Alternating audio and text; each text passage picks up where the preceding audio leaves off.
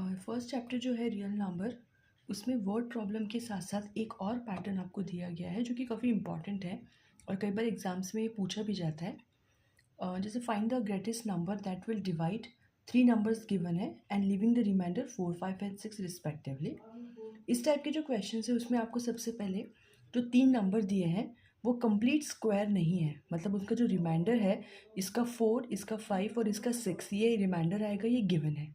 तो सबसे पहले हमें जो रिमाइंडर दिए हैं रिस्पेक्टिवली उस नंबर में से उस रिमाइंडर को माइनस करना है। उसके बाद जो हमारे पास तीनों नंबर आएंगे, इट मीन्स दैट अब इन तीनों नंबर का जो रिमाइंडर है वो ज़ीरो है। जो भी ग्रेटेस्ट नंबर है उस ग्रेटेस्ट नंबर को हमें फाइंड करना है जिसको ये जो तीनों नंबर है ये कम्प्लीटली डिवाइड करेंगे, मतलब इन तीनों केस में रिमाइंडर आएगा ज़ीरो।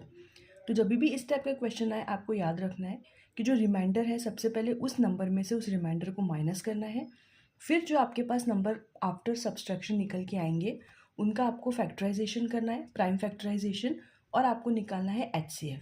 तो इन तीनों नंबर का जो HCF है वो है 63। So the greatest number which divide all the three numbers is 63 और उसका जो रिमाइंडर है वो हो जाएगा लिविंग द रिमाइंडर 4, 5 एंड 6। आपको बस ये याद रखना है।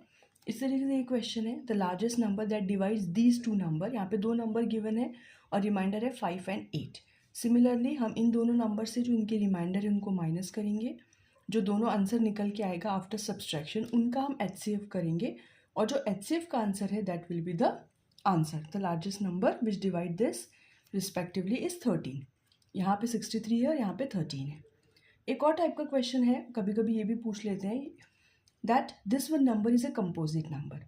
आपको पता है एक होता है प्राइम नंबर जो सिर्फ खुद के टेबल से डिवाइड होता है और दूसरा होता है कंपोजिट नंबर, मतलब जो प्राइम नंबर नहीं है वो कंपोजिट नंबर है जिसे हम प्राइम फैक्टर्स के प्रोडक्ट में लिख सकते हैं। तो हमें यही प्रूफ करना है। तो ये नंबर है, इन दोनों ही नंबर्स में 7 कॉमन लिया, आफ्टर दैट 16 आया, इस 16 को भी मैंने प्राइम फैक्टर्स में लिख लिया है। अब ये जो नंबर है इसको मैं प्राइम फैक्टर्स में लिख सकती हूँ, प्रोडक्ट ऑफ प्राइम फैक्टर्स, तो वही होता है कंपोजिट नंबर। ये डेफिनेशन है कंपोजिट नंबर की।